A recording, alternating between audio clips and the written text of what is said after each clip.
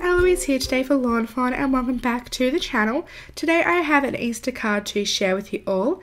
I'm going to be using the Hoppy Easter stamp set for the sentiment, the Somebody stamp set for all of the images. Honestly, this set is my favourite for Easter time, which is why I'm using it again. And I'm also using the double slider surprise dies since I really wanted to make a double slider card and I haven't made one yet. So I'm really super duper excited to do so, and I do think the card turned out super cute. It's probably one of my favourite Easter cards for the year. So I'm starting off with my MISTI stamping tool and I'm laying out all the images that I want to use from the set inside on a white piece of cardstock.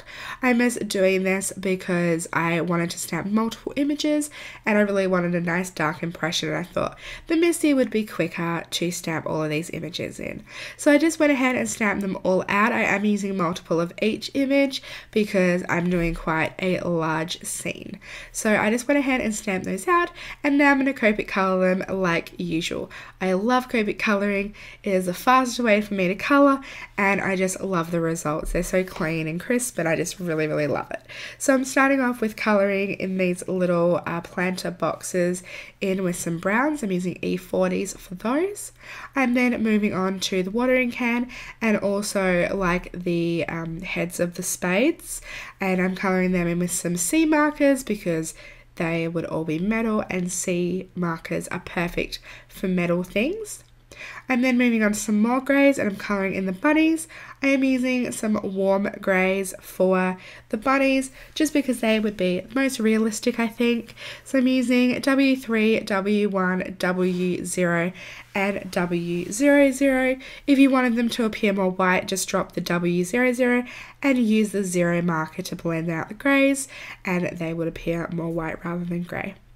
And then moving on to the carrots, and I'm using some YR markers for that. I'm using YR18, YR12, YR02 and YR00, one of my favourite combinations at the moment, and they're perfect for these carrots.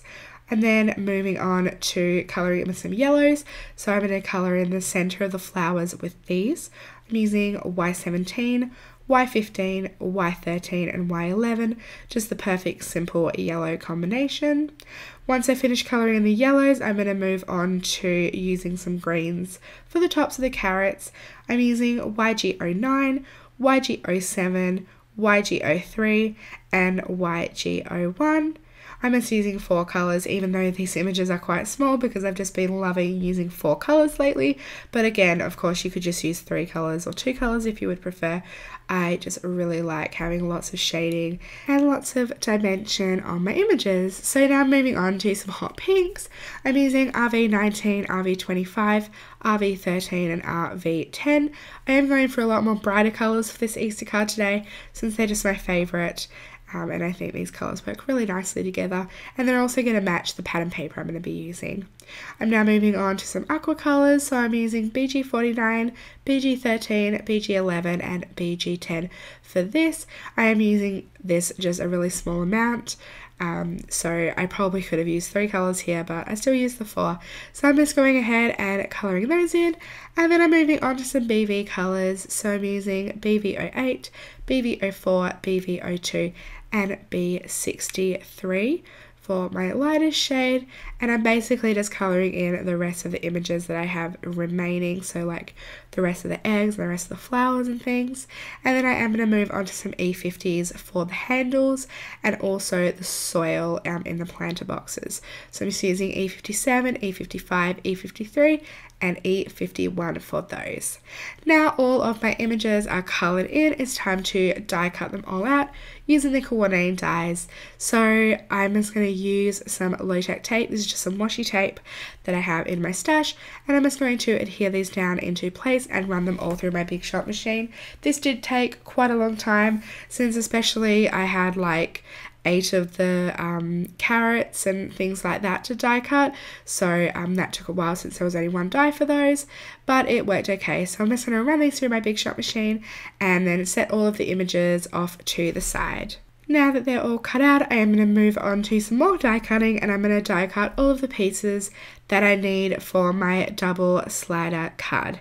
So there are lots of great tutorials for this on the Lawnfawn YouTube channel already, and so I'm just gonna like rush through it a little bit, but hopefully you get the gist of how to create it, or go and watch the other tutorials that are probably going to be way better than mine anyways. So I'm going to go ahead and cut all of these dies apart first using some wire snips, and then I'm going to go ahead and die cut all of the pieces that I need. So I've die cut 2 of these like main focal pieces, one out of some green plaid cardstock and one out of white cardstock. I also cut 2 of the rounded rectangles out of some blue plaid cardstock, and then I also cut this middle section here out of plain white as well.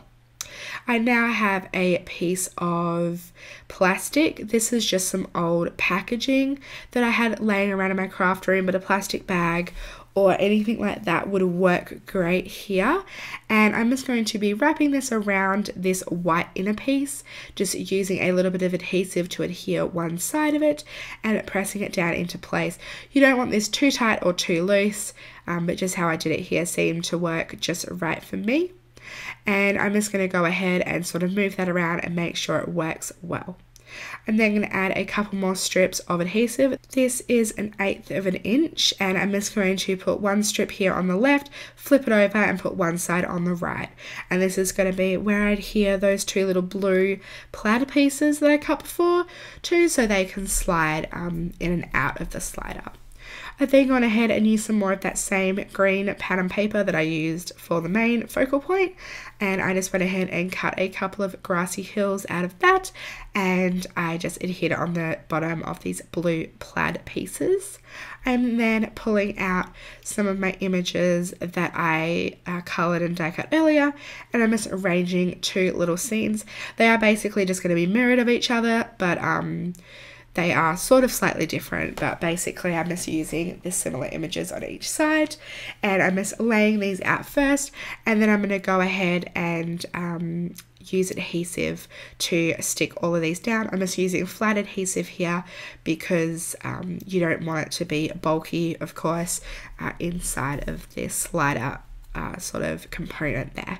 So now that those both sides are all complete, I'm going to set them off to the side, and I'm going to work on my front panel. So I have a green front panel here. I'm also going to go ahead and cut a blue front panel as well, and then cut down that green piece using the Grassy Hillside borders dies once again. I'm going to adhere that on top with some foam tape, and then I'm also going to arrange the rest of my scene. So I used the last 2 planter boxes with the last few carrots, some flowers, some Easter eggs, the little watering can, and the little bunny that's hopping. I'm also then going to use the Hoppy Easter stamp set, and I'm going to stamp that with VersaFine Onyx Black ink with the little exclamation point at the very top right hand side. It just fit perfectly in there. I sort of did it at a bit of an angle. I just thought that looked quite cute. So I went ahead and adhered that. So now that all the elements are all ready to go, it's time to just adhere it together. So I've got this white piece here that is going to be the backer for this front panel, and I've just gone ahead and used my bone folder to fold over that little scored piece there, and I'm going to add another 1/8 of an inch adhesive on that little folded strip. So I'm just going to run that along and tear off the excess, and I'm going to adhere that blue or that front panel piece on top of it directly. So I'm just going to line that up and adhere it down, and then I'm going to move on to the inside. So for the inside, I'm just taking that little piece with the plastic on it, and I'm going to flip it over and add adhesive onto the little sections at the top and the bottom here. So just on one side, I did make this mistake and put it on both sides, but I just ripped it off. You only need to put it on the back side of this piece. So it's the side without the seam of the plastic, if that makes sense.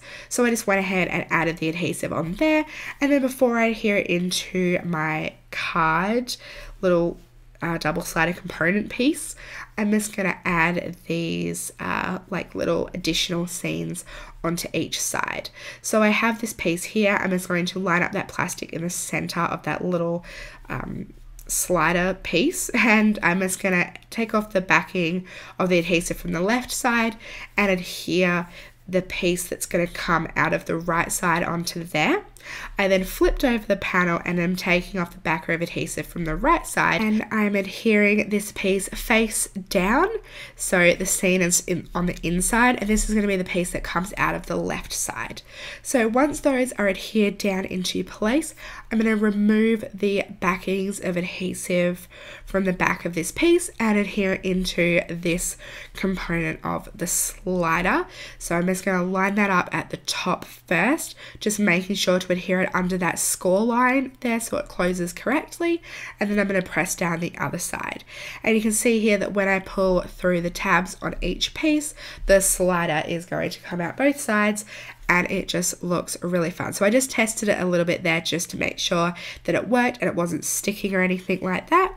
So now that I know it works, I'm going to add a little bit more adhesive onto the back of this flap that I'm folding now, and I'm just going to wrap it around the entire little slider component here and just make sure that it adheres down all nice and flat.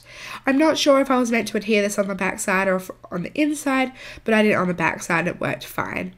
So here I am just pulling out the sides of each of the slider card, and you can see here that it comes in and out really nicely. Obviously this is on its own and not stuck to anything, so it is going to be a little bit harder to open and close, but once I adhere onto a card base, it's going to work really well. So now that that component is all ready, I'm going to move on to my card base. So I went ahead and cut a card base just out of white cardstock. It's going to be a landscape sized card, so I cut it to 5.5 inches wide by 8.5 inches tall, and I just scored it at 4 1/4.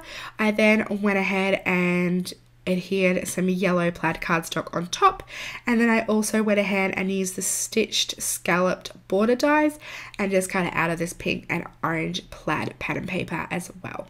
And then I just adhered all of that down flat. I then added a double layer of foam tape onto the back of my little slider component here just to pop it up off that backer so you can easily pull the slider panel in and out. It's just super duper fun. I absolutely love this die. I can't believe I've waited this long to create one, but honestly it's so much fun. It's a really great way to extend a scene. It really doesn't add that much bulk onto your card, which is really nice. Usually if I was just adhering all of these images on with foam tape, it would be this thick anyway, so it's just really fun to use all of those images that you've been wanting to use on one card, and it's just a really great way to incorporate that. So that finishes up the card for today. I really hope you guys enjoyed and were inspired, and all of the supplies that I use will be listed down below and over at the blog, and I'll see you all next time. Thank you so much for watching.